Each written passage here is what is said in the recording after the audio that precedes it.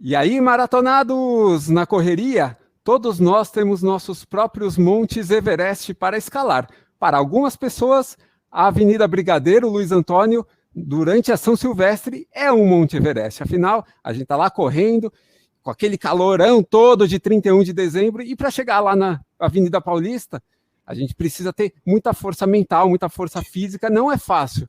Então, é um Monte Everest. Mas para a nossa entrevistada de hoje do Maratonado Podcast, o Monte Everest é literal, que fica ali na fronteira do Nepal com a China, com 8.848,86 metros, o cume. Eu estou falando de Aretha Duarte, que em 2021 se tornou a primeira negra latino-americana a chegar ao cume do Everest. Seja muito bem-vinda ao Maratonado Podcast, Aretha! De Campinas para o topo do mundo. É isso mesmo. Obrigada, André. É um prazer imenso poder aqui conversar um pouco sobre esse projeto. Maravilhoso. Obrigada. Uma honra para a gente ter você. Aliás, você alcançou o cume do Everest esses dias, né? Foi recente essa conquista. Isso mesmo. A temporada Everest segue sempre de março a junho e foi exatamente essa temporada que eu cheguei ao topo. Foi no dia 23 de maio de 2021. Olha, amanhã, na verdade, a gente está gravando esse programa no dia 22, no dia 23, quando vai ao ar, faz um mês, né? Muito legal. Eu vou começar, Rafael, fazendo uma pergunta, eu pensei bastante nessa primeira pergunta. Aretha, qual é a sensação de você estar no lugar mais alto, mais próximo do céu, que o ser humano pode estar, com os pés no chão? Qual é a sensação que você tem lá de cima? Andrei, Rafael, na verdade é bem difícil concretizar e responder isso de forma que as pessoas compreendam essa sensação, mas basicamente o que aconteceu quando eu cheguei no topo do Everest foi um sentimento de gratidão, total gratidão. E quando eu tive a oportunidade, depois de me ajoelhar, agradecer, levantar, abraçar o meu guia, o Sherpa Pasang, ao olhar ao redor, que é um topo de montanha muito pequeno, é estreito, ao olhar ao redor eu fiquei impressionada e grata, mais uma vez, por saber que estar ali naquele momento, naquele lugar, era realmente um momento especial, era um privilégio, era sensacional, era muito alto, era difícil de descrever, mas basicamente eu via o Tibete, eu via o Nepal, era tudo magnífico demais. Difícil encontrar palavras, difícil, mas sensacional. Você fez imagens lá, tirou fotos, deu tempo. Quanto tempo você permaneceu lá no topo? E a preocupação de sair do topo também que existe, né? Eu tinha ciência de que era possível ficar ali de 5 minutos a 50 minutos aproximadamente. Eu, particularmente, fiquei 15 minutos. Não foi possível tirar tantas fotos, fazer tantos desejados registros, vídeos, por conta do frio. Era difícil tirar a luva para segurar a máquina e conseguir clicar. Mas eu fiz algumas poucas fotos, umas 5 aproximadamente, e um vídeo. Não dava, por isso até complicado falar, poxa, eu queria tanto mostrar ao mundo, né, o que eu vi lá, mas geralmente é desafiador se a gente não tem essa função específica de filmar, de registrar. Mas eu acredito até mesmo que você fizesse os melhores registros, jamais você vai conseguir mostrar o que os seus olhos enxergavam, né? Não existe equipamento no mundo que reproduza o que os nossos olhos veem, né? Isso é verdade. Em todas as montanhas que eu vou, acontece a mesma coisa. Por mais que eu tente ali trazer a homenagem ou o presente para a família, por exemplo, que eu quero contar muito o que é que eu vi lá, eles não compreendem. E eu mesma, quando vejo foto ou vídeo de outras pessoas, falo, mas totalmente diferente do que eu vi presencialmente. É isso mesmo. A grandiosidade, a magnitude é muito maior, né? É isso. E o que você enxergou? A gente estava falando sobre o que você viu, que as fotos não registram. Você já deu uma passada sobre o que você viu, mas você consegue descrever aquela imagem que você enxergou ali? Do topo consigo sim, consigo algumas coisas, né? A gente não consegue absorver tudo, mas posso dizer que chegando no topo eu percebi um topo de montanha, o terreno, o solo era branco, totalmente coberto por neve, era estreito, devia caber aproximadamente 30 pessoas. Na parte mais alta, realmente no pico, tinha uma estátua, uma estatueta que parecia ser um deus chinês, parecia uma referência chinesa. Tinha bandeiras de oração, aquelas bandeiras coloridas, típicas da Ásia. Algumas fotos, tinham ali alguns objetos deixados pelas pessoas. E ao redor, então, olhando, né, para fora do pico, efetivamente, eu vi aquela cadeia do Himalaia por todas as partes, e um pouco mais abaixo de mim, as nuvens. Era isso, resumidamente, que eu via. Caramba. Legal. Eu vou te fazer algumas perguntas que eu acho assim, eu prefiro saber um pouco dessa sua jornada da etapa, desde o dia que você chegou no acampamento base, em primeiro momento, e depois a gente deixa para uma segunda etapa perguntar como que foi a sua jornada para chegar no Everest, né? Para chegar lá nessa jornada de vida, né? Na sua jornada, exatamente, sua jornada de vida. Então, assim, que dia que você chegou ao acampamento base do Everest? Maravilha. Lembrando que antes do campo base nós caminhamos 10 dias, né? Que é entre Lucla, o vilarejo de Lucla até o campo base, são 10 dias de ascensão, pernoitando em lodges. E aí no campo base, eu iniciei essa ascensão no dia 7, cheguei no campo base dia 17. Não, mas peraí, então deixa eu te perguntar que eu achei interessante, porque a gente acaba ignorando, a maioria das pessoas não tem esse conhecimento. Tá. Então você chegou, a primeira etapa são 10 dias de caminhada, que você sai de uma cidade. Isso mesmo. Então a gente sai do Brasil, voa até o Nepal, voa até Katmandu, capital do Nepal. Tá. Em Katmandu, a gente tem que pegar um voo doméstico. Eu fiquei 7 dias em Katmandu para cumprir a quarentena. Depois dessa quarentena, nós voamos até Lukla, que é onde começa a ascensão do Everest. E aí num aviãozinho doméstico. Um aviãozinho doméstico, um bimotor. De Lukla até o campo base, nós vamos passando por diversos vilarejos, alguns até aproximadamente 4.000 metros de altitude, tem pessoas morando, tem casas, é como se fosse pequenos bairros em toda a região. Depois de 4.000 metros, nós praticamente encontramos somente pessoas que estão trabalhando na montanha. Como chama a cidade depois de Katmandu? Então, a gente voa até Lukla. O primeiro Lukla. Você chegou sozinha em Lukla? Não, nós estávamos em um grupo de brasileiros, eram 6 brasileiros, além de mim. E todos de Campinas, você estava com pessoas conhecidas do montanhismo? A maioria de São Paulo. Eu conhecia bastante a pessoa com quem eu trabalho, que é o Carlos Santalena, que trabalha na operadora de montanhismo. Na verdade, ele é o sócio dessa operadora, para quem eu trabalho. Ah, legal. Então tá. Então você estava entre amigos e pessoas que você estava conhecendo ali, começando a ter uma relação. Perfeitamente. Com o Carlos Santalena eu escalei bastante, trabalhei bastante com ele na montanha, e eu tinha o Gabriel Tarso, por exemplo, que é fotógrafo de alta montanha, também estava lá, é um grande amigo. Inclusive, Campinas tem uma tradição em montanhismo. O Rodrigo Rainieri é de Campinas, né? Perfeitamente. O Rodrigo Rainieri foi quem me convidou para ser inserida no meio do montanhismo. Ele era um dos sócios da Grade 6, que é a operadora de montanhismo para a qual eu trabalho. Uhum. Ah, legal. Então tá tudo conectado, né? Tem uma conexão bem grande entre as coisas, né? Que legal. Você, quando você chegou com esse grupo, vocês já existia um planejamento de subirem juntos, ou não dá para prever isso? Vai depender da climatização de cada um? O planejamento é subir juntos, mas é possível ter uma flexibilidade, uma readaptação se necessário, por conta principalmente da questão da adaptação à altitude e questões físicas e fisiológicas. Então, se eu tivesse necessidade de fazer alguma alteração, algum ajuste, era possível porque existia estrutura para isso.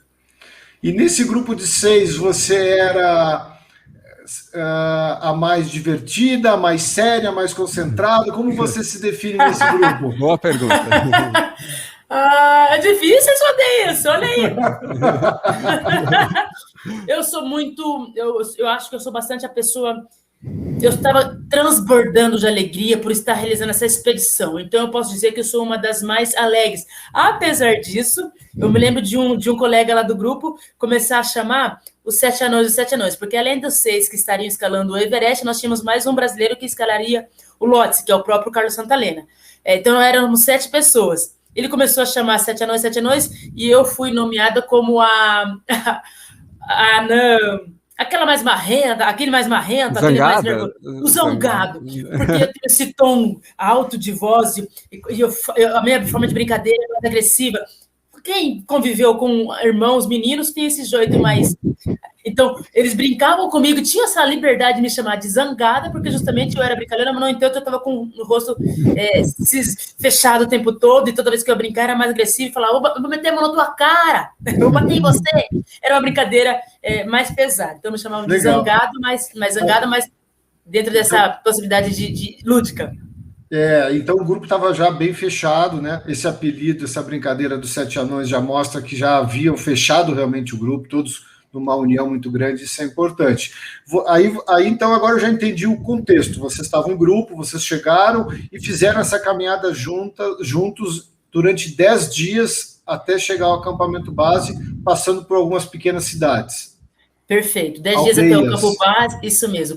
Então, Lucla estava a 2.700 metros de altitude, nós caminhamos até 5.300. Esse trecho, inclusive, é o trecho que a gente recomenda para qualquer pessoa, inclusive para quem não tem experiência de escalada, nada disso, basta apenas ter condição boa de saúde e estar em condição de caminhar. Do campo base em diante, é o que a gente chama de, verdadeiramente, a escalada Everest. É quando a gente passa a ter mais tempo na montanha, passa a avaliar no detalhe as condições climáticas, passa a fazer o ciclo de aclimatação e ciclo de cume, que significa subir aos campos altos, se adaptar à altitude, voltar ao campo base. Legal, por diversas vezes. Mas eu quero... essa parte até eu conheço um pouco, vou te perguntar com mais detalhes, mas eu estou muito curioso para saber, nesses 10 dias de caminhada, tem aquele momento que começa a descortinar o campo base, né? Ele começa a aparecer aquelas barraquinhas, aquelas coisas, porque acaba se monta uma cidade, né? Ali no acampamento base. Qual a sua sensação quando você estava a poucos metros? Gente, não acredito, cara. Como é que foi essa sensação? Rafael, André, eu já havia conhecido o mirador do campo base, porque eu havia ido ao Nepal em 2013 para dar assistência ao guia. Mas eu não tinha adentrado o campo base. O campo base do Everest é o maior do mundo. Ele é extenso, realmente, como você está falando, parece uma grande cidade, cheia de barracas, barraca dormitório, barraca cozinha, barraca banheiro, uma infinidade de barracas. E nós sabíamos que tinham pelo menos 400 permits, 400 ingressos vendidos pelo governo nepalês de turistas chegando nesse local. Então, imagina, são 400 turistas estrangeiros, mais as pessoas que trabalham lá. Então, é muito grande mesmo, muito extenso mesmo. Mas quando eu adentrei, apesar de já conhecer até o mirador do campo base, eu já havia conhecido, quando eu adentrei, eu fiquei impressionada. É gigante demais, é lindo demais. Eu me senti realizada desde aquele momento. E qual é a energia? Você sente uma energia diferente das pessoas ali? Porque eu imagino que, por mais que fale que é uma cidade, não é uma cidade nada convencional, né? Exatamente, exatamente. Olha, André, mais uma coisa que é difícil de descrever, né? Qual é a energia? Mas verdadeiramente eu transbordava no sentido, lindo isso aqui, impressionante isso aqui, algo que eu nunca havia imaginado, porque, apesar de eu estar falando para vocês que é o maior de todos, é difícil, como o Rafael bem disse, difícil você olhar a foto e falar, é isso aqui. Não, quando a gente está lá presencial, é realmente impressionante, magnífico. E a sua vizinhança no campo base, daí começa aquela coisa, aquele grupo... Quem são aqueles caras? São ingleses. Tá lá os franceses. Existe aquela coisa de levantar a bandeira mesmo. Vocês tinham a do Brasil, colocaram em frente a tenda de vocês, as barracas, a bandeira do Brasil. Existe essa forma de se identificar dentro de um grupo maior e começar de alguma forma a se relacionar, pelo menos com aqueles que estão mais próximos. Como é que foi essa troca? Infelizmente, nessa temporada não foi possível tantas trocas, porque havíamos a informação de que tinha pessoas no campo base com Covid. Então, a nossa recomendação e procedimento foi isolar ao máximo, não ir aos acampamentos, porque apesar de eu estar falando que o acampamento é extenso, existe um espaço específico para cada grupo, para cada operador. Então, a gente não teve muitos contatos nos acampamentos com os outros grupos. No entanto, era claríssimo saber que aquela barraca é russa, aquele grupo ali é chinês, aquele grupo ali é indiano, era claríssimo isso, porque, geralmente, os grupos eram fechados de cada país, realmente. E aí, a gente teve pouquíssimas interações, mas principalmente no trajeto, pouco no acampamento. Bom, no montanhismo, e quando se fala no montanhismo, na escalada do Everest, e eu já li muito e já li livros e sou um apaixonado por essa história e tenho um sonho, lógico, mas que dificilmente eu vou conseguir realizar agora, porque a gente tem tantas outras prioridades. Eu acho que você foi uma pessoa abençoada por ter feito isso.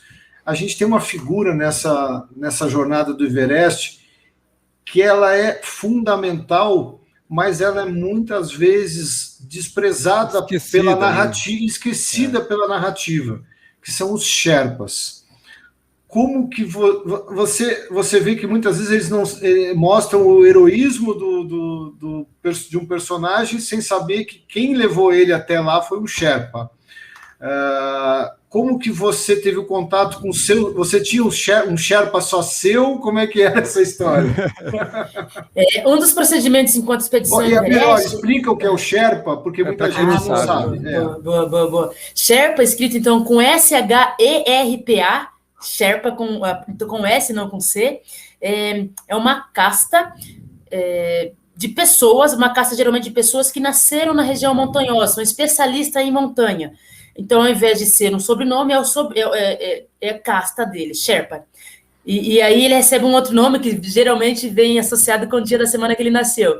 Então tem o Passang, que tem a ver com a quinta-feira, tem o Nima, que tem a ver... Enfim, cada dia, o primeiro nome é o dia da semana e o Sherpa é o sobrenome que representa a pessoa especializada em montanhismo. E é uma casta já bastante reconhecida e valorizada no Nepal. Porque, enfim... E aí, no caso da expedição Everest, a maioria das expedições no Himalaia, as pessoas que não vão escalar solo, que foi o meu caso, eu não escalei solo, a gente contrata o guia, o Sherpa, então, é o guia, e é esse guia que acompanha a gente, monta a estrutura de acampamento, leva cilindro de oxigênio, leva alimentos para cima, é a pessoa fundamental para garantir o cume de muita gente. Posso dizer, hipoteticamente aqui, que 90% das pessoas chegam no cume do Everest por conta do Sherpa. É minoria que conseguiria essa realização sem essa estrutura. Então, eles são fundamentais, sim, como você falou, muitas vezes pouco valorizados, e as pessoas acabam dizendo que eu cheguei, eu fiz. Eu não fiz nada. É um trabalho em equipe, né? É um trabalho em equipe, e eles, com certeza, com um peso muito maior do que o cliente, que no meu caso eu era cliente ali. Com certeza, se nós não contássemos ali com a estrutura do Sherpa, muita gente não chegaria. Porque a gente anda com menos peso, muitas das responsabilidades, a avaliação de onde conectar, por que ir por essa via, o maior compromisso, a maior responsabilidade está sobre o Sherpa, sem dúvida nenhuma. E vocês tinham na equipe, quantos Sherpas à disposição de vocês, contratados? Excelente. Então, do campo 3, que é o penúltimo acampamento do Everest, para cima, cada um de nós tínhamos um Sherpa. E isso é super importante para considerar o ritmo de cada cliente. Um não interferiria na logística, na sessão do outro. Então, você tinha um Sherpa só seu. Perfeitamente, um Sherpa só meu.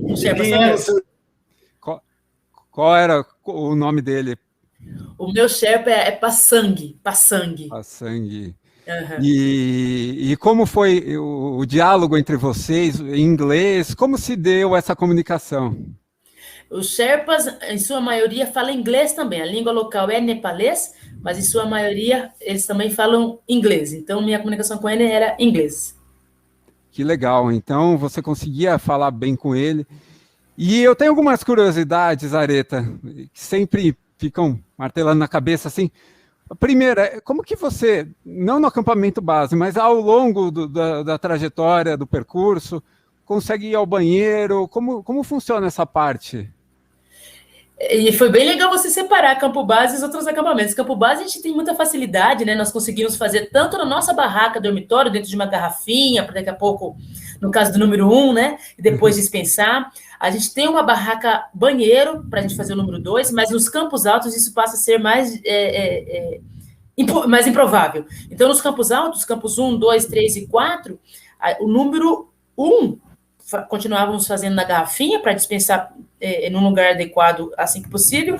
E o número 2, a gente tinha que fazer, especialmente no campo, enfim, em uma sacola, saquinho, numa bolsa, para depois dispensar.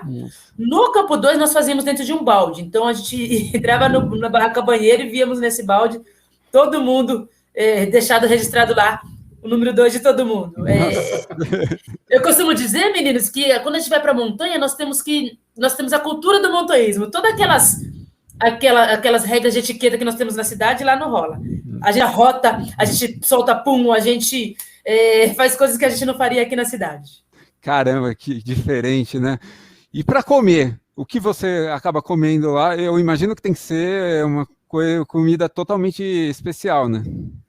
Até o campo base, que é onde a gente fica mais tempo, o campo base a gente fica realmente pelo menos 30 dias entre subir e descer, a gente come uma comida muito parecida com a nossa aqui na cidade, com a nossa aqui na nossa casa. A gente só não tem muita carne, a gente não tem acesso à carne porque lá há um problema de dificuldade de refrigeração.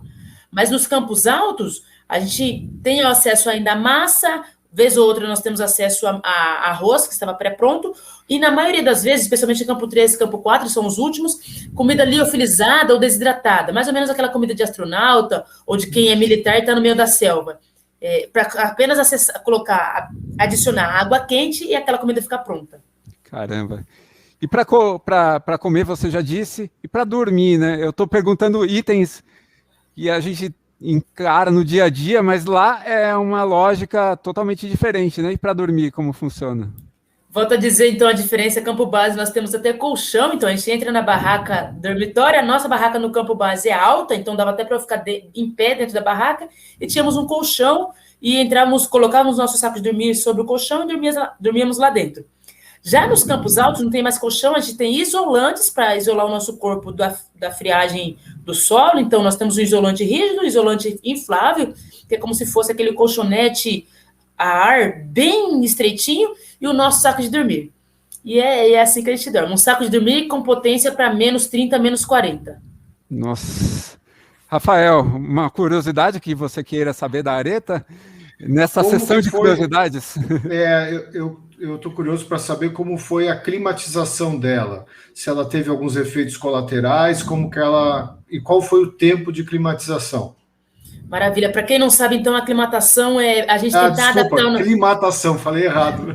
Mas é o processo que a gente passa para fazer com que o nosso organismo se acostume, né, se adapte àquela altitude. Se a gente lembrar de jogador de futebol indo para La Paz, né, uma das mais altas capitais aí, cidades do mundo. Quando a gente chega em La Paz, tem dificuldade de respirar e, portanto, dificuldade de jogar o futebol. Na montanha, a mesma coisa. À medida que a gente vai ascendendo a montanha, subindo a montanha, o nosso corpo vai tentando se adaptar àquele ambiente, porque a disponibilidade de oxigênio, apesar de ser... Muita gente, muito estudioso, fala que é a mesma que a gente tem no nível do mar, a dispersão dessas moléculas dificulta a nossa absorção de oxigênio. E para a gente sobreviver, a gente depende da absorção de oxigênio. Então, a gente sobe, vai aos campos altos, o nosso corpo entende aquele ambiente, a gente desce e lá embaixo a gente dorme para ele tentar gerar adaptações hormonais, nesse caso, para a gente realmente conseguir a ascensão e sobreviver nas partes altas. Agora, do campo 3 em diante, é o que a gente chama de zona da morte. Do campo 3 em diante, passa-se a utilizar a suplementação de oxigênio, o cilindro de oxigênio. A gente coloca uma máscara e fica com cilindro de oxigênio com a gente o tempo todo. Nossa. E como que foi? Você teve alguns efeitos colaterais, dores de cabeça? Como que você se sentiu nos primeiros dias? Essa experiência no Everest foi inédita até nisso. Eu tenho experiência em montanha desde 2011, por conta do trabalho, e nunca tinha tido problema com altitude, mas no Everest, desde o meu primeiro ciclo de aclimatação, apesar do campo 1, campo 2, a serem altitudes que eu já conhecia, por ter escalado 4 vezes o Aconcagua ali na Argentina, eu já conhecia, no Everest eu tive princípio de edema pulmonar na chegada ao campo 1. No campo 2 eu tive queimadura de retina, por conta do frio e do sol batendo no chão, refletindo sobre os meus olhos. Então, no Everest em especial, eu tive muito mais problema fisiológico e de saúde do que qualquer outra montanha. E isso lá, como isso mexeu psicologicamente com você? Como que você lidou com essa situação logo no começo, ainda num processo de uma jornada que ainda tinha muita coisa para acontecer e você já sentindo, mexeu psicologicamente com você? Mexeu sim, e aí eu digo que nesse sentido a gente ativou ainda mais, eu ativei ainda mais a tal da resiliência, né, de entender que existia ali uma dificuldade, um problema de saúde que poderia me tirar da expedição, mas eu mantive a vontade de estar lá, eu mantive a certeza que poderia seguir em frente, e, na verdade, a espera de que, poxa, se não for possível continuar, para garantir segurança, para garantir saúde, estava tudo bem também. Não tudo bem com um sorriso no rosto, mas é compreensível que eu entendia que era o risco, que existia, mas eu não desistiria, eu não abortaria. Eu me mantinha firme ali, com a ideia, vou esperar os resultados e a melhora. Essas decisões que começam a ficar cada vez mais difíceis conforme o acampamento vai ficando mais alto, a decisão de que eu estou em condições, a decisão de que alguma coisa que está acontecendo com você pode impedir com que você continue, essa decisão é unicamente individualmente sua, unilateral, ou existe um chefe de equipe que em determinado momento pode dizer para você, você não vai, Aretha, daqui você não passa? Perfeito. É fundamental a gente se posicionar e declarar realmente como a gente se sente e a nossa vontade de demonstrar a nossa motivação, mas a palavra final é sempre do guia líder. A palavra final sempre é dele. Por mais que eu tenha experiência profissional, por mais que eu me sentisse bem, se ele dissesse para mim, Aretha, você vai ter que voltar, eu compreendo e entendo que eu simplesmente teria que aceitar e voltaria. É respeitar a autoridade ali. Como é que foi o seu ciclo de sobe e desce? Então, você foi para o 1, voltou, como que funcionou para você? Perfeito. Então, foram 3 ciclos de aclimatação. Eu fui ao campo 1. O campo 1 está a 5.900 metros de altitude. Aí já é alto pra caramba, né? Já é bem alto. Dormi no campo 1, voltei ao campo base. Depois de alguns dias de descanso, 3 dias de descanso, subi novamente. Que distância ou tempo você do campo base ao campamento 1? Eu levei 10 horas de ascensão. 10 horas para subir. Já muito inclinado ou mais horizontal? Não é muito inclinado, na verdade, toda a montanha Everest, por essa rota que nós utilizamos, em nenhum momento a gente percebe tamanha inclinação. Muito difícil. São pequenos trechos que a gente encontra essa dificuldade de inclinação. Tanto que a gente disse que escalar o Everest tem muito mais a ver com trekking, uma caminhada até o topo, do que a escalada super técnica, realmente. Poxa, mas então, só para a gente não perder essa questão das suas ascensões, como funcionou as trocas de acampamento, você fala sobre um trekking, mas e aquelas imagens que a gente tanto vê de passagens por geleiras, com escadas, aqueles perigos de como é que chama no gelo quando tem os buracos? Os buracos. São as gretas. É muito comum. As gretas. Perfeito. Tecnicamente falando, a dificuldade técnica do Everest por essa rota, a rota normal, a rota tradicional, pelo lado nepalês, os trechos de dificuldade técnica são esses que tem a greta, são esses que é necessário colocar escadas que variam aí de 1 metro a 2, 3 a 5 metros. No caso dessa temporada, não foi necessário nenhuma greta tão larga. Nós encontramos no máximo 2 escadas presas, que dava ali aproximadamente 4 metros de travessia. Essas escadas acabam formando pontes, né, para a gente conseguir atravessar as gretas. As gretas, então, como o Rafael bem explicou, são buracos e muito, muito profundos. Alguns deles a gente nem conseguia enxergar o fim do buraco. Para passar por essa greta, nós temos a corda fixa, que forma como se fosse um corrimão. A gente conecta a nossa cadeirinha de escalada, sai uma fita ou uma corda da nossa cadeirinha, que está fixa, e a gente conecta esse corrimão para conseguir transpor. Então, se a gente cair nessa passagem da escada, a gente terá o backup, terá a segurança de ficar pendurado na corda fixa. Tem alguns trechos que a gente tem que fazer a ascensão e super verticalizado com o Jumar. É um equipamento de escalada, que está conectado à corda super verticalizada, e esse equipamento a gente consegue movê-lo para cima, mas se a gente cair na queda, ele fica travado, é o Jumar. Mas são pequenos trechos dessa maneira. A maior parte do Everest, a gente acaba caminhando sobre pedras, gelo, neve, mas pouco verticalizado. Claro. Escorrega, tropeça, como que é essa caminhada? Escorrega, tropeça, há risco de cair na greta, há risco de cair num precipício, num lugar mais exposto, e é por isso ser fundamental estar conectado às cordas fixas o tempo todo. Porque se eu escorregar, tropeçar, eu teria esse backup. A gente, especialmente do campo 3 ao topo, temos bastante, como eu posso, precipício mesmo. A gente olha, a gente está andando meio que numa crista, de um lado tem uma parte da montanha, do outro lado é exposto. Se a gente cair, a gente provavelmente não vai voltar, porque é longe, é profundo. Tá bom. Bom, agora a gente então pode explicar como foi a sua ascensão, então. Perfeito. Então, eu fui ao campo 1, fiz a aclimatação, pernoitei uma noite lá, foi o dia que eu tive princípio de edema pulmonar. Descemos dia seguinte ao campo base, para que o nosso corpo se adapte àquela altitude do campo 1. 3 dias depois, nós subimos ao campo 2. Mas então, direto, passaram pelo 1 já e disseram, já era, bora. Mas isso então, mesmo. 10 horas, mais quantas? Nessa segunda, interessantíssima essa pergunta, porque na segunda ascensão, nós não fazemos mais no mesmo tempo. Geralmente, a gente faz em menor tempo por estar acostumado, mais adaptado do que na primeira passagem. Essa ascensão, campo base e campo 2, eu fiz em 12 horas. Em 12 horas. Então, não foi 10 horas, mas 2 só do campo 1. Provavelmente, né, eu cheguei em 8 horas no campo 1, aí tive mais 4 até o campo 2, porque era, entre aspas, perto até. E depois tem um terceiro ciclo de aclimatação, que eu fui até o campo 3 e voltei. Não, mas só para entender, você daí dormiu no campo 2? Onde dormiu, é verdade. Foram 2 noites no campo 2. Quando você chegou no campo 2, você voltou para trás ou ficou lá dessas 2 noites? Quando eu cheguei no campo 2, eu dormi no campo 2, 2 noites, para depois ir ao campo base. E o que você fez um dia inteiro no campo 2? Eu fiquei tirando fotos, fiquei observando.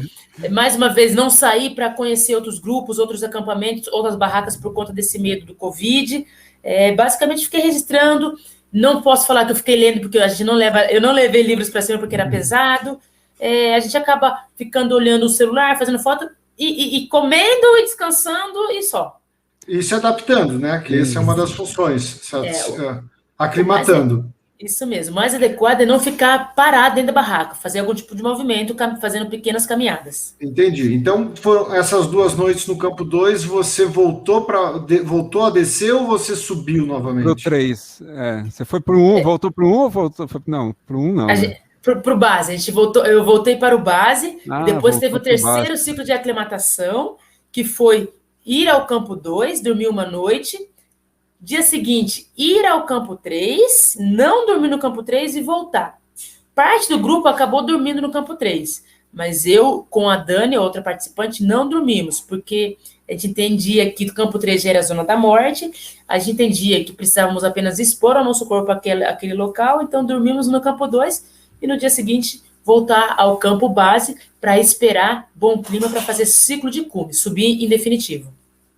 E como essa subida em definitivo, ela é uma tirada só? Ela sai do base e vai direto para o topo? Não. Tem gente que faz isso, são os recordistas, né? É possível ser feito isso, especialmente se estiver super aclimatado e com certeza ser super, super mega treinado. São aí que a gente chama de casos espetaculares, mas de modo geral, a forma tradicional é a gente sair do campo base até o campo 2. No campo 2 nós temos um pernoite, dia seguinte vamos ao campo 3, no campo 3 temos mais uma noite, dia seguinte nós subimos ao campo 4. No campo 4 nós chegamos mais ou menos, a previsão é chegar até 3, 4 horas, descansar algumas horas e sair no início da noite rumo ao topo. Quando a gente volta do topo, a gente dorme no campo 4, descansa efetivamente e depois desce ao 2. A gente pula o 3 e desce direto ao 2. Então, essa subida, ela começa do campo 4. No início da noite. Vocês, é isso? Qual horário isso. Começa? Isso. Perfeito. Então, no grupo, tivemos pessoas saindo 8h30 da noite, 9h30. Eu saí 11h30 da noite do campo 4 e cheguei no cume, no topo, 10h30 da manhã. Nossa. Legal. Ainda é longe, né? E como que é caminhar à noite? Vocês já tinham caminhado à noite nas outras vezes? Provavelmente sim. Nós tínhamos a experiência, no caso do Everest, de caminhar à noite, fim da madrugada, entre o campo base e campo 1, porque é quando a gente passa na cascada de gelo, a cascata do Cumbu, que é um local gigantesco, o qual a gente passa aproximadamente 3 horas caminhando, tem muito risco de queda de blocos de gelo. A gente passava de madrugada justamente porque era o momento que estava com a menor temperatura, com o menor risco de derreter esse gelo e gerar um grave acidente. No caso aí do campo 4, topo da montanha, Everest, é mais desafiador do ponto de vista de temperatura. Porque a gente fica muito tempo na madrugada e, portanto, a gente fica caminhando no período que está mais frio. Qual a temperatura, mais ou menos? Nesse dia, a condição de vento era de aproximadamente menos 40, o vento era 40, 50 km por hora, e a temperatura é menos 20, com sensação de menos 25, 30. Por que você saiu às 11? Daí vamos falar, então, aquilo que se chama ataque ao cume, né? Perfeitamente. Para o ataque ao cume, vocês estavam... cada um saiu no horário, por quê? Por que você saiu, alguns saíram antes de você e você saiu às 11h30? Já sei que você saiu com um Sherpa do seu lado, aí cada um já tinha um Sherpa para auxiliar na questão de oxigênio e outras coisas. Perfeitamente. Por que você saiu em horário diferente? Perfeito. Então, um dos motivos é o fato da minha chegada ao campo 4. Estava eu e a Dani enquanto cliente, mais 2 Sherpas. A minha chegada ao campo 4, 3 para o 4, foi mais tardio do que os demais, portanto, os Sherpas entenderam que a gente precisava de mais tempo para descansar no campo 4. Um outro motivo é que antes das 11h30 estava ventando mais do que essa condição de vento que eu te falei, estava aproximadamente 60 km por hora, e isso expõe ainda mais o montanhista, dificulta bastante. E definitivamente os Sherpas preferiram sair mais tarde, o meu Sherpa e o Sherpa da Dani preferiram sair mais tarde porque aqueles ajustes, aquele trabalho que eles teriam que fazer no acampamento, eles precisavam de mais tempo em relação aos outros Sherpas, que tinham chegado mais cedo com os outros participantes. Entendi. E na minha concepção foi bastante assertivo sair 11h30, porque verdadeiramente a gente sentiu menos impacto negativo dos ventos fortes anteriores, a gente ficou menos tempo fora da barraca, então foi adequadíssimo. Tanto que, próximo do cume, eu acabei encontrando os outros participantes muito próximo, mesmo eles tendo saído tão antes. Então, aparentemente, eles desgastaram muito mais do que eu. Que legal. Foi uma decisão acertada, né? Quer dizer, então, que você começou a encontrar os seus parceiros e outros montanhistas que você então caminhou num ritmo um pouco mais rápido e conseguiu alcançar muita gente por conta da escolha do horário. Particularmente, não é possível determinar muito o ritmo mais rápido ou menos rápido no caso do Everest, porque a gente é dependente da corda fixa. As cordas fixas, de modo geral, é uma corda na maior parte dos trechos, e, portanto, todo mundo que está indo ao topo da montanha está enfileirados, está seguindo a mesma... Enfileirados mesmo, né? Então não dá muito para a gente passar entre os participantes. Ultrapassagem, né? Não tem ultrapassagem. Basicamente, a gente tem que seguir o ritmo dos primeiros.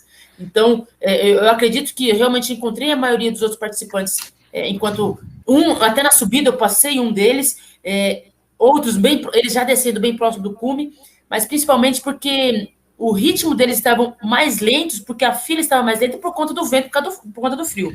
Não porque eu acelerei e estava num ritmo diferente, não. E a corda de subida é a mesma da corda de descida? Na maior parte da montanha, sim. Isso até dificulta e gera maior risco de acidente. A maioria dos trechos realmente é a mesma corda. Então, se tem alguém descendo, outro subindo, alguém vai ter que esperar e encontrar um espaço ali o mais seguro possível para fazer a desconexão do mosquetão, passar esse participante e reconectar. Nossa. E isso é uma função exclusivamente sua, que você treinou para fazer em segurança.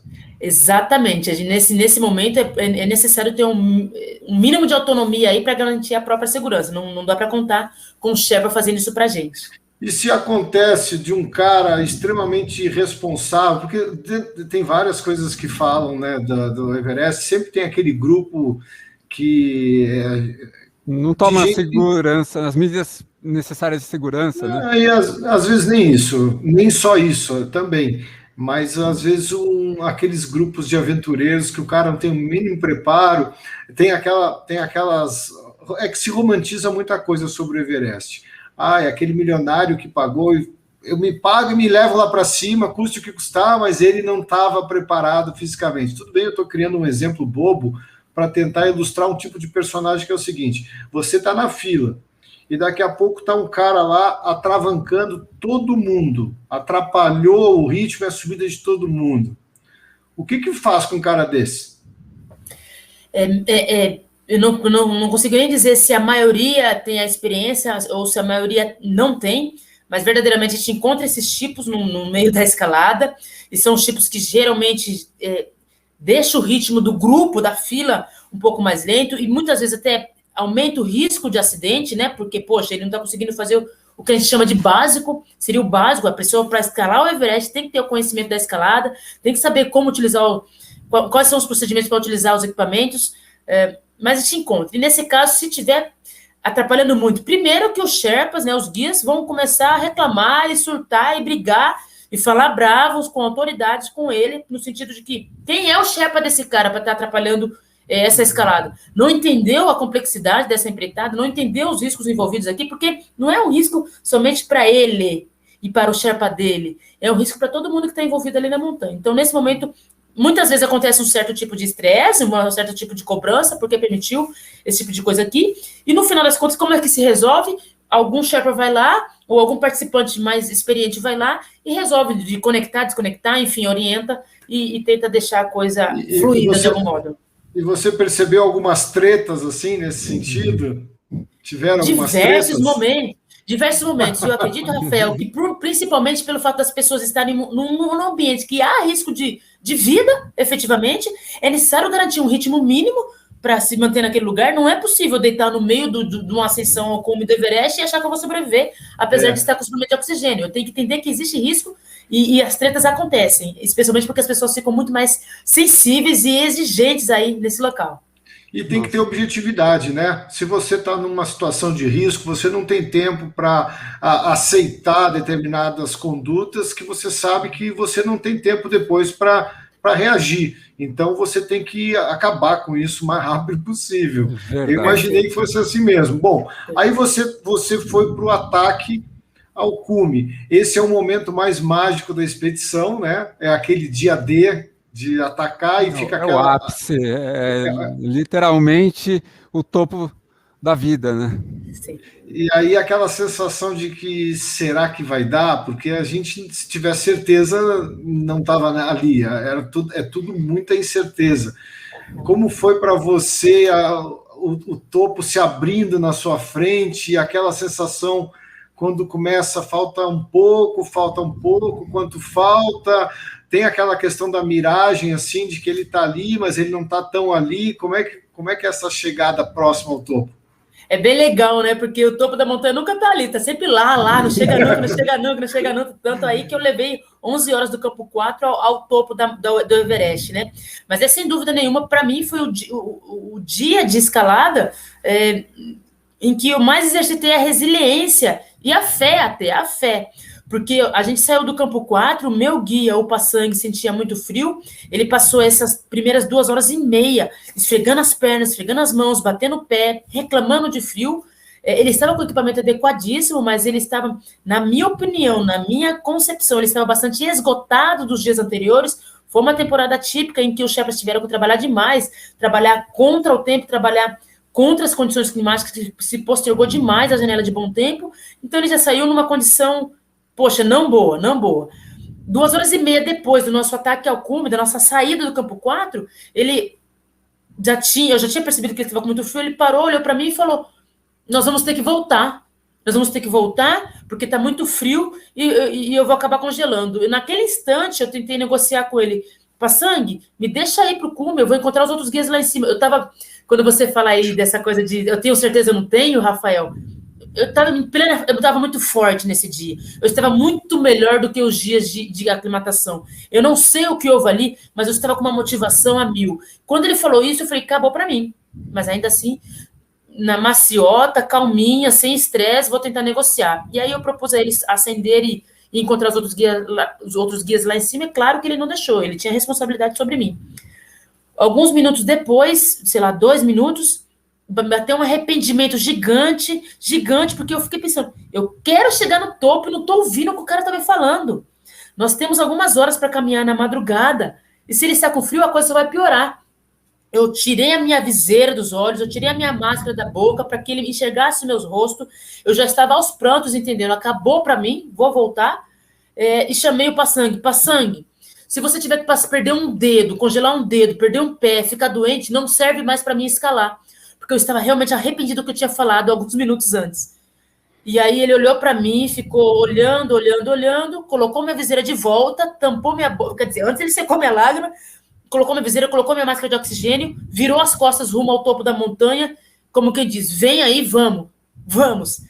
E aí seguimos em frente. Foram mais 8 horas até o topo da montanha. Eu não vi mais o Passangue reclamar de frio, eu não vi mais o Passangue nem mal olhar para trás, a gente conversou muito pouco, mas chegamos ao topo porque realmente houve ali uma conexão, uma motivação do Passangue de garantir com que eu chegasse. Então foi um momento de muita resiliência, sensacional, muita emoção envolvida, e eu volto a dizer, eu não cheguei sozinha. O Passangue teve grande contribuição. Areta, esse momento que você acabou de narrar talvez seja um dos momentos mais mágicos, né, da ascensão do ataque, porque foi um momento decisivo, onde você colocou em primeiro momento a sua determinação, o seu desejo, mas você foi muito egoísta no seu ponto de vista, né? Depois você pensou, estou sendo egoísta com os meus desejos, e você tirou a máscara, que é uma coisa que você tem que fazer muito rápido, né? E para olhar nos olhos dele e falar, e ser mais humana, ser mais ter uma empatia maior pelo sentimento, que é raro de um Sherpa, né? Estar numa condição mais difícil que o seu cliente. Então, eu imagino que para você aquela hora foi estar nas mãos dele. E ele não falou uma palavra, ele simplesmente secou a sua lágrima, colocou o seu óculos, colocou a máscara e seguiu em frente. Ou seja, o recado estava dado, nós vamos subir. Nossa, parecia cena de filme, e você contando agora essa história, eu me lembrei dos filmes que eu já vi sobre Everest, eu imaginei você lá, foi uma cena impressionante. Valeu, na verdade, 1 milhão de filmes que eu já vi sobre Everest, que na verdade não existem 1 milhão de filmes, mas vale a produção de 1 milhão, essa cena que você descreveu. Bom, aí pode falar. Rafael, eu posso dizer, Andrei, eu posso afirmar que foi o momento mais difícil realmente, porque não dependia mais de mim. Eu entendia a responsabilidade que ele tinha comigo, eu respeitava com tamanha autoridade, por mais que eu me sentisse em condição de seguir em frente, com experiência, sei lá, de montanha, e realmente me sentia forte, eu entendia que o que ele dissesse eu ia respeitar. Ele era autoridade para mim. E eu, contei com algo superior ao natural aí, para realmente mudar o contexto que existia naquele momento. Foi o único momento que eu pensei, acabou para mim, mas mudou-se. Tem um outro grande negócio na montanha, que se você é uma pessoa que nunca pesquisou, nunca se interessou, é uma pessoa que não é entusiasta de montanha, você ignora completamente. A pessoa pensa, o cara chegou no topo, legal, mal ele sabe que o grande problema é esse entusiasmo de chegar ao topo e perder o tempo, e perder o time, a janela para descer. Então a grande preocupação é voltar. Como hoje isso está muito claro para qualquer montanhista, né? Não deve ter pessoas que ficam exatamente lá se divertindo. Os filmes nunca mostram o retorno. Areta, é a sua chance de contar para a gente sobre o que se passa na cabeça de um montanhista nesse retorno, né? Andrei mandou muito bem nesse contexto. Os filmes nunca mostram o retorno, e isso acontece, inclusive, quando eu estava com um rastreador comigo durante toda a expedição, um rastreador em que as pessoas aqui do Brasil, a torcida, a família, os amigos, podiam acompanhar em que trecho eu estava. Como há uma diferença de horário, lá nós estamos a 8 horas e 45 minutos do Brasil, então, enquanto eu estava fazendo a escalada lá durante o dia já, aqui no Brasil era de madrugada. Então, até eu chegar no topo, eu diria que 100% de quem sabia da minha história estava acompanhando. Depois do topo, as pessoas desligaram o rastreador aqui que dava para acessar a internet e foram dormir. E eu tive mais, 6, 7 horas para descer. Mas, definitivamente, a preocupação é não somente com o horário, até para chegar ao topo. Determinado horário, começa a esquentar demais, incidência de vento demais, então dependendo do horário não dá nem para seguir em frente por conta da questão climática. E para descer a mesma coisa. Outra coisa que tem que ser avaliada, qual é a condição fisiológica que nós chegamos lá em cima? Será que eu tenho condição ainda de descer? Maratona, né? Será que eu tenho condição de chegar íntegro no final do trajeto? Então tem que realmente avaliar o tempo todo qual é a condição desse participante, para saber quanto tempo leva para chegar ao topo, se está dentro do limite, depois que chegar ao topo, quanto tempo esse participante pode ficar lá e garantir saúde e vida, e depois disso realmente iniciar a descida. Além disso, tem a questão na descida, geralmente as pessoas relaxam, né? Aquela tensão, aquele estado de alerta para a ascensão acaba na descida. Isso é bastante perigoso, porque nós precisamos manter a concentração. O risco de acidente continua. Exatamente. Rafael, gente percebe muito isso. Vou aproveitar que a gente desceu, eu vou descer no tempo, né?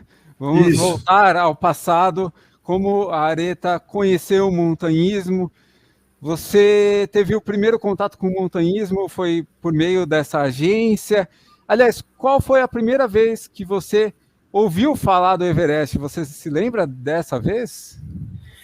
Interessantíssimo que todas as informações relacionadas a montanhismo, escalada e Everest estão surgindo na minha vida adulta. Eu me formei em educação física aqui em Campinas, e no meu segundo ano de faculdade, o professor quis levar a turma até uma operadora de montanhismo para a gente conhecer esse nicho, essa possibilidade de trabalho. Quando eu assisti a palestra dessa operadora, eu me apaixonei. Infelizmente, antes disso, eu nunca tinha ouvido falar de escalada. Eu sou uma pessoa que mora aqui na periferia de Campinas, e na periferia é comum não ter esses esportes, entre aspas, mais burgueses, mais elitizados. Então, eu não tive essa experiência na adolescência e na infância. Quando eu me apaixonei, a partir dessa palestra que eu assisti, eu quis entender como adquirir conhecimento, experiência e trabalhar com isso. Eu, então, em 2011, tive a oportunidade de ingressar nessa mesma operadora de montanhismo e comecei a trabalhar em 2011 especificamente. Mas só comecei a ouvir falar do Everest, então, a partir dessa oportunidade de trabalho, e desejar a minha escalada Everest somente em 2019, em dezembro. Antes disso, não era meu sonho, não era meu desejo. Caramba! Mas é uma modalidade cara, das mais caras que existem. Aliás, um comentário que é importante fazer: há mais brasileiros que correram na Fórmula 1 do que chegaram ao cume do Everest. Aliás, uma última curiosidade sobre o Everest: a gente acabou falando dos brasileiros, quais chegaram ao cume com você, Aretha, só para a gente não perder essa questão. Sensacional. Então teve ali o Gabriel Tarso, teve o Luiz Alex, teve o Leonardo Silvério, teve o Gustavo Ziller. 4 chegaram no cume do Everest essa temporada. Eles já tinham chegado em outras oportunidades ou foi a primeira vez deles também? Foi a primeira vez de todos eles. A única pessoa que não chegou nesse momento, fez ataque ao cume, mas não chegou nessa temporada, foi a Daniela Ruas. E por qual motivo? Por uma decisão do guia.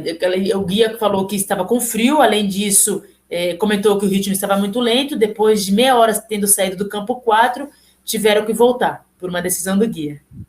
Faz sentido. Voltando a falar de você, do passado, logicamente é uma modalidade cara, né? Como que isso entrou na sua cabeça, assim, o que eu vou ter que fazer para bancar a minha paixão? Porque quando a gente se apaixona não tem jeito, né? A gente tem que dar um jeito, né? É isso mesmo, é uma das expedições em alta montanha, só para todos saberem, é as montanhas acima de 3.000 metros de altitude. É uma das mais caras, se não a mais cara. O investimento, quando eu decidi escalar, era de aproximadamente R$250 mil. No final das contas, virou R$400 mil esse orçamento, por conta das mudanças de câmbio. Quando eu iniciei o projeto Aretha no Everest, foi exatamente em março de 2020, início de pandemia. Eu comecei com R$0 na conta, eu não tinha esse dinheiro. No entanto, era tão forte essa intenção, essa vontade dentro de mim, que eu comecei a verificar o que eu posso fazer enquanto trabalho, enquanto atividades, ações dignas, né, para complementar a minha renda e ter essa realização. Naquela ocasião, eu decidi voltar a fazer algo que eu fazia na minha infância e na minha adolescência: reciclagem de resíduos, reciclagem de materiais. E aí, eu fui contando esse projeto nas redes sociais, muita gente passou a se engajar dentro desse projeto, e a gente conseguiu juntar por dia aproximadamente 500 quilos. No final de 12 meses e meio, grande parte do recurso financeiro que eu consegui para essa empreitada foi da reciclagem de materiais. Nós juntamos 130 toneladas de materiais recicláveis, mas tivemos aí outras ações também sendo ativadas para complementar e chegar a esses R$400 mil. Você conseguiu utilizar aquele sistema hoje super legal, moderno, que tem de sites como o Quicante para fazerem doações, pessoas que queriam ajudar você? Né? Eu ativei sim o financiamento coletivo, eu consegui através do financiamento coletivo R$20 mil. E mais Entendi. Quanto da reciclagem? Você tem uma estimativa? Tenho sim. Da reciclagem eu consegui aproximadamente, eu não, né? Nós, né? Porque teve muita gente trabalhando comigo. R$110 mil. E o restante você teve ajuda de patrocinadores? O restante nós conseguimos através de uma participação num programa, num game da Rede Globo, do Luciano, que foi R$59 mil, no The Wall. Tivemos aí diversos bazares montados, porque eu recebi muita doação de roupas, tivemos leilões de equipamentos online, e no finalzinho dessa jornada pré-Everest, nós conseguimos alguns patrocinadores, algumas marcas que entenderam o propósito da escalada da Areta e realmente quiseram essa conexão. Então, tivemos muitas ações sendo ativadas e, com certeza, os patrocinadores foram aí essenciais para garantir, em 12 meses e meio, a garantia dessa empreitada. Eles merecem. Pode falar quais eles são. Maravilha. Eu posso falar, então, da Spot, que é esse do rastreador, The North Face, que forneceu todo o equipamento, como essa blusa, por exemplo. Move é uma empresa do Grupo Cosan, responsável por lubrificantes. O lubrificante Mobil, por exemplo, é da Move. Tem a Monte Bravo Investimentos, que é uma das grandes agências que atuam aí com a XP. Tem a Horas a Fio. Horas a Fio é uma empresa de Portugal, apesar de ter sido fundada por brasileiros que trabalham com artesanato a partir de refugo de tecido. Tem a Dardak Jeans. Tem algumas empresas aí que pode ser que agora eu não lembro, eu deveria ter anotado para falar. Mas, além disso, eu posso dizer que, além dos patrocinadores foram fundamentais para essa minha empreitada, tem também os profissionais que me ajudaram com treinamento físico, com nutrição, enfim, com a preparação psicológica e emocional. Enfim, eu tive muita ajuda, muito engajamento. Seria até difícil mencionar, são muitos nomes. Aliás, essa preparação física é um ponto que a gente quer abordar. Envolve corrida, a gente precisa saber como você se preparou fisicamente para essa expedição. Afinal, é mais que uma maratona, com certeza, né? Maravilha de pergunta. A gente tem que alcançar o máximo condicionamento físico para essa empreitada, sem dúvida nenhuma. Então, eu foquei bastante no condicionamento cardiovascular. Eu gostava muito de pedalar e correr. Eu corria, mas eu não corria muito, não era maratona, não. Era em média 8, 10 quilômetros por treino. Pedalar já variava de 30 quilômetros a 80 quilômetros, dependendo do treino. Gostava bastante de natação, porque natação me ajudava com essa questão respiratória, especialmente quando estava em apneia, né? Então, era importante para desenvolver isso. É fundamental desenvolver até postura, alongamento e postura, para não somente a gente conseguir respirar mais adequadamente, mas até para deitar e dormir no solo duro, somente com isolante. Enfim, era importante ter uma ergonomia para que a gente mantivesse qualidade de resposta muscular e esquelética. Então, eu fiz pilates, natação, pedal, nesses 12 meses, né? Corrida, e tinha também uma personal trainer fazendo a base, o treinamento básico aí para alcançar força, para alcançar essas questões mais funcionais do nosso corpo. Caramba, então é realmente uma atividade multidisciplinar e poliesportiva, né, Rafael? Pois é, mas eu fiquei tão impressionado com a sua jornada que antecedeu o Everest, que o Everest até parece que ficou um pouco pequeno perto dela, porque você foi a programa de televisão, você conseguiu mobilizar pessoas para trabalhar com reciclagem, né? Recicláveis, você conseguiu patrocinadores, você conseguiu fazer financiamento coletivo, quer dizer, isso deu muito trabalho, a sua jornada começou muito antes, e isso dá muito mais valor Você sabe São 2 disso, Everestes, né? Foram você 2 sabe Everestes, disso, né, Areta? Você chegar no Everest numa condição desfavorável de uma pessoa que não tem as mesmas condições, que não teve as mesmas facilidades que aquelas pessoas, porque no Everest é formado muito por milionários, pessoas com muito dinheiro, pessoas que realmente têm condições, e também, lógico, com personagens, com pessoas que têm condições, que se esforçaram, que fizeram pé de meia, e pessoas que, sem a ajuda de outras pessoas como você, jamais conseguiriam chegar lá, e você conseguiu reunir isso e mobilizou muitas coisas, mobilizou muita gente, e eu acho que quem ganha muito com isso são os patrocinadores, porque associar uma marca a uma pessoa que já luta por essa jornada muito antes é muito melhor, porque hoje as marcas não estão mais procurando clichês, né? Estão procurando histórias, estão procurando seres humanos de verdade, né? Exatamente, não pessoas falsas, elas querem histórias reais, né? Então, assim, o que você acha daqui para frente? Você criou, se personificou de certa forma, a Areta Duarte ganhou muita notoriedade, você ganhou reportagens em grandes canais de televisão. Como que você enxerga a sua vida aí nesse próximo ciclo que começa agora? Vocês têm razão, realmente tratou-se aí de uma empreitada, um grande Everest, pré-Everest, né? Foi muito desafiador, eu trabalhava de domingo a domingo, eu tinha que encontrar um horário para treinar, eu tinha que encontrar um horário para trabalhar para a operadora de montanhismo, porque não havia sido demitido, né? Eu estava trabalhando, eu tinha meu trabalho regular, e tinha que encontrar um período do meu dia para trabalhar com a reciclagem, e isso eu fazia todos os dias. Foi muito desafiador, porque esse volume financeiro é muito alto, né? Começando do zero é muito alto, está distante da maioria da população brasileira. E entendo também que a visibilidade realmente cresceu porque é uma história real, como vocês bem falaram. Mas, verdadeiramente, o que me motivava durante essa jornada e até na própria montanha, volto a dizer, né, o meu dia de ataque ao cume foi o dia que eu me senti mais forte. O que me motivava não era chegar no cume do Everest. O que está por trás disso é muito além disso. Eu me sentia privilegiada e beneficiada de ter conhecido um esporte que, infelizmente, não chegou em algumas camadas da sociedade, não chegaram na periferia.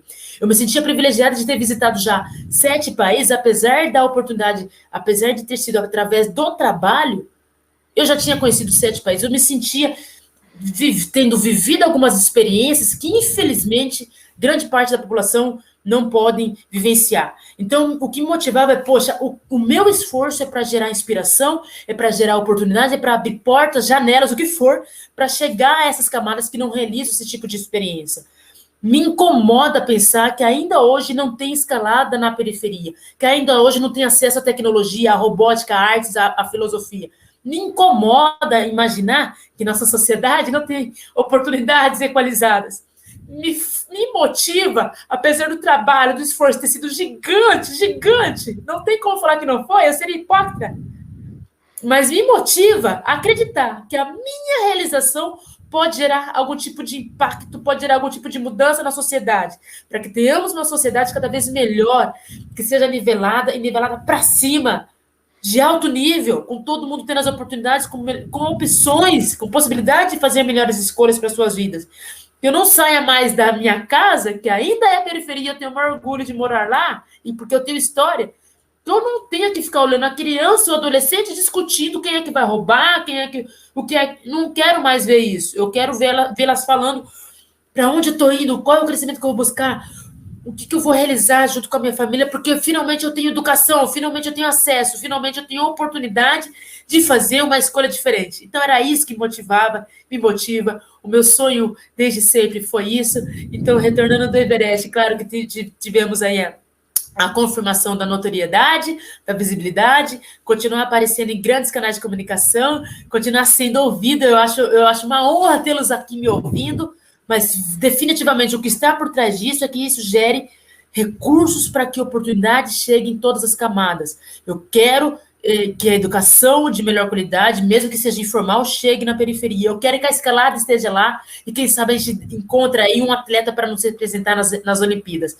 Mas, verdadeiramente, que todo mundo possa buscar o seu Everest. Não é a mais alta montanha do planeta, mas a sua realização.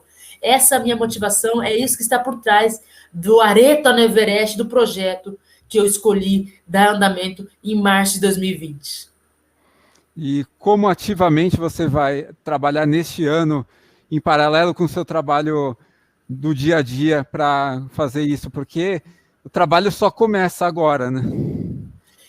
Uma coisa que essa pergunta sua, Andrei, tem muito a ver com o comentário há pouco do Rafael, de buscar conexões com empresas. As empresas hoje entendem o propósito que está por trás disso e as empresas, na maioria delas, especialmente as grandes empresas, querem colocar uma cota do seu faturamento em projetos socioambientais, e é assim que a gente está trabalhando. Existe hoje a pretensão de tornar o bairro onde eu moro, a periferia onde eu moro, um bairro modelo, no sentido de ter mais árvores, no sentido de ter hortas, no sentido de ter uma fundação educacional que possibilite aos jovens mais acesso a algumas práticas educativas que eles não têm até aqui. Existe a intenção de colocar parede escalada em toda a periferia, existe a intenção de colocar alguns outros esportes nessa região.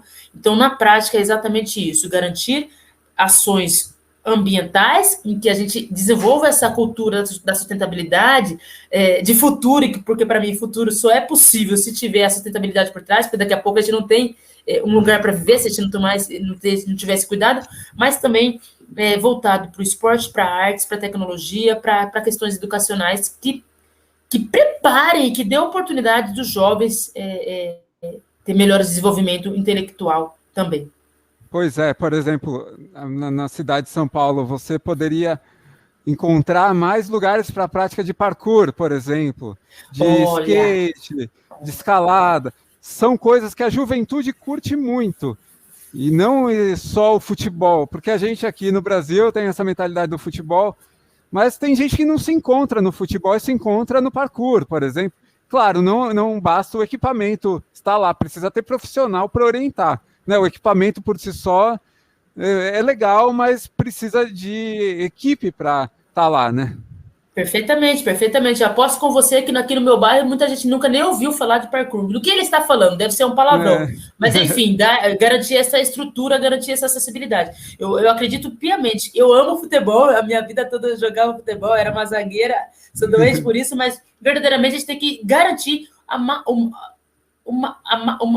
um conjunto de experiências gigantesco para as pessoas, para que escolham e se identifiquem com alguma modalidade, não somente esportiva, mas também qualquer outro critério.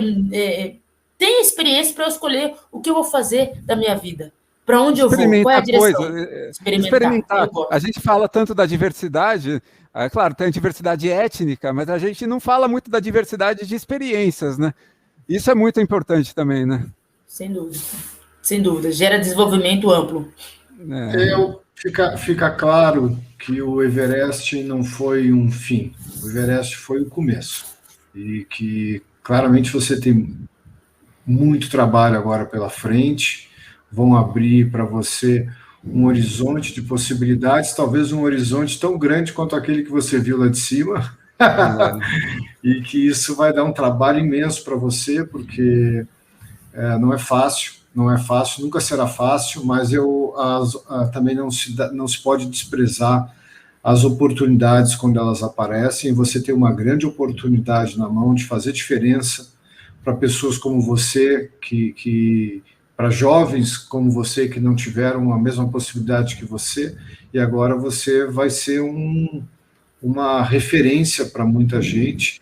Legal, gostei muito do que você tem em mente aí para fazer, mas queria saber se você, de uma maneira pessoal, também tem um projeto de continuar escalando. Como que você espera aí o seu próximo desafio? Enquanto projeto, eu pretendo escalar muitas outras montanhas, né? Montanha, para mim, Rafael e André, é escola. Eu adoro estar lá, eu sempre volto da montanha me sentindo assim, mais fortalecida, mais empoderada, me sinto grande a cada vez que eu volto e com muitas informações da montanha que eu consigo levar para o meu dia a dia. Por exemplo, tolerância, como eu aprendo a respeitar o ambiente, respeitar pessoas, enfim. Cada experiência na montanha é sempre um aprendizado novo.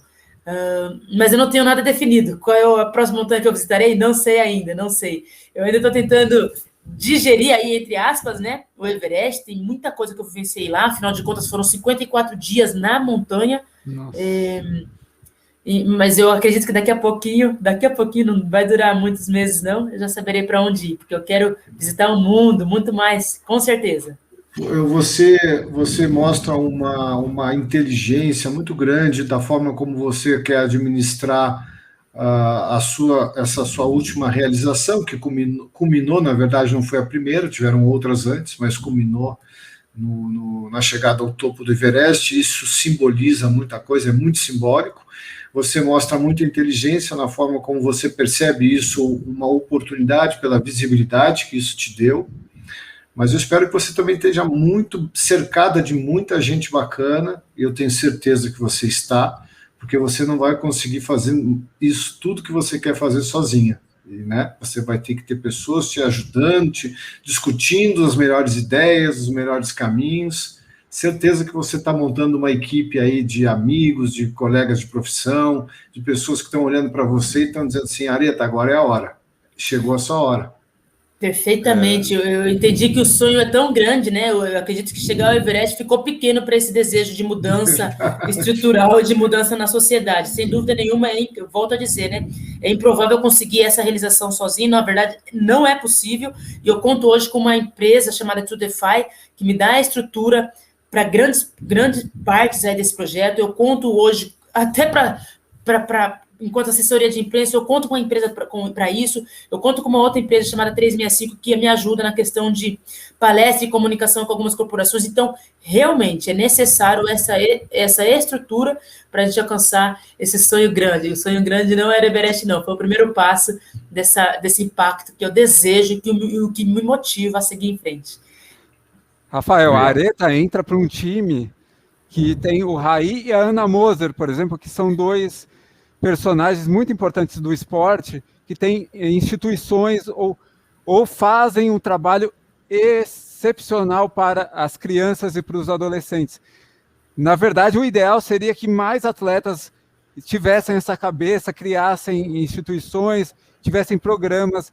É uma honra, Areta, a gente conversar com você, que agora é uma nova integrante desse time, que tem personalidades como Raí e Ana Moser, duas figuras irrepreensíveis do esporte nacional. Antes da última pergunta, eu vou apresentar minha camiseta, é do Circuito das Serras. Obviamente o motivo é bem evidente, né, Rafael? Montanha, tem tudo a ver. A última pergunta é sempre: Areta, o que te deixa maratonada? Uau! Poxa, exatamente esse desejo grande dentro de mim. Primeiro, eu entendo que cada um de nós, independente de ser Areta, Rafael, André ou qualquer pessoa que esteja nos escutando, assistindo agora, eu acredito que todo mundo tem a condição de sonhar. Eu acredito que todo mundo deveria passar a sonhar e desejar algo que é único e exclusivo de cada um. E além disso, além de sonhar, passar a acreditar no poder interno que existe em cada um. Todo mundo tem a condição de seguir em frente a partir daquela imaginação, daquele sonho que foi estabelecido. E que, fundamentalmente, tem que dar o próximo passo. Tem que maratonar, tem que ir para frente, até chegar à finalidade que foi estabelecida aí desde a largada. Então, encontre o seu motivo, encontre o seu propósito. Não interessa se é para modificar a sua vida, se é para modificar a vida de mais pessoas, não importa. Mas tenha a fé de que você pode sonhar, de que pode realizar. E dê o próximo passo. Rafael, com você. Não, podemos, acho que tudo que eu tinha para falar para ela, a percepção que eu tive sobre a grandeza do Everest, que é o primeiro passo, e eu te desejo todo o sucesso do mundo. A gente vai continuar te acompanhando através do teu Instagram e de outros canais de comunicação que você tem, e na torcida sempre torcendo muito por você, porque você tem um trabalho enorme pela frente. Te desejo toda a sorte e sucesso. Rafael, Andrei, muitíssimo obrigado. Um prazer enorme. Eu digo sempre que é uma honra ter pessoas querendo escutar nossa história e especialmente respeitando a nossa história. Então, muito obrigada. Agradeço, foi sensacional sua participação, Areta. Que histórias que escutamos hoje, Rafael. E para ouvir mais histórias, assistam outros episódios, inscrevam-se no canal do Maratonado no YouTube, acessem o maratonado.com.br, no Instagram também, estamos lá. E uma última colocação que eu gostaria de fazer, Areta, você foi a primeira negra latino-americana a chegar ao cume do Everest. Na verdade, essa definição de primeira negra latino-americana é importante, obviamente, mas você conquistou um feito que, na verdade, é difícil para qualquer pessoa. Você está fazendo uma coisa extraordinária. Realmente, assim, não dá para não tirar o chapéu para o que você está fazendo. E esse seu papel também como uma pessoa que está à frente de muitas situações aí com essas empresas, para a gente realmente criar uma corrente do bem rumo a um país melhor, né, Areta? É isso mesmo, é uma honra você fazer esse reconhecimento, é realmente extremamente desafiador, e eu tenho o maior orgulho e gratidão por tudo que foi conquistado até aqui. Obrigada. Muito obrigado e até o próximo episódio do Maratonado Podcast.